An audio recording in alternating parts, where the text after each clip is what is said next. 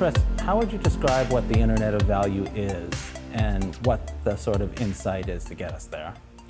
Yeah, so a lot of it came from kind of the early work you guys did with pathfinding, and again, having this, anything of value can be traded. That kind of was the germ of it.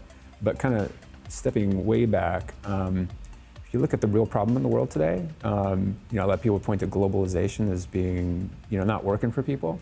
And we would say, no, it's not that it's not working, it's just that it's a work in progress, right? It's incomplete.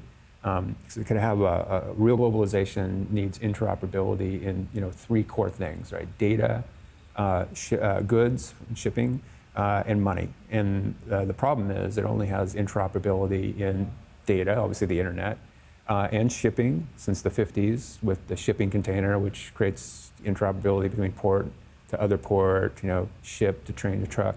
But you don't have that with money. Money networks don't interoperate. And if you have that, now billions of people are onboarded into a real working, kind of system of globalization. And that's upon us. I think that's really what we're trying to build here. And I think the need is very, very evident now because you have companies that have very, very light infrastructure or none in the areas they serve. If you talk to folks at the Bill and Melinda Gates Foundation who do a ton of work in the financial infrastructure, of the world, the big thing that they're trying to accomplish is to allow people to send as little as 50 cents, somebody in the developing world, if they're really going to be a participant in the global economy.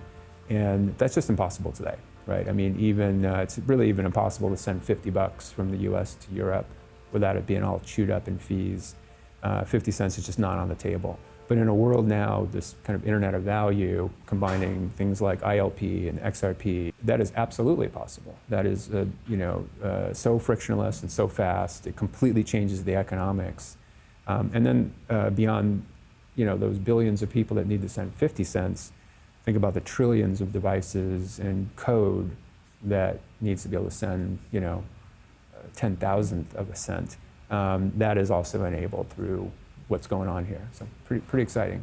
I think the vision is to be able to make an international payment as cheap and easy as pulling up a web page, like something that you would do without even thinking about the mechanics or the costs or who has to do what. It's just so automatic and so cheap and so scalable, and there's so many of them happening that it's almost invisible. You don't even think about doing it. Yeah, almost like the value is moving with the data, just right on top of each other. And that is a world that we can have, but not with the infrastructure you have today. You've got kind of an internet world, kind of working with a pre-internet world of money, and those things are not lining up.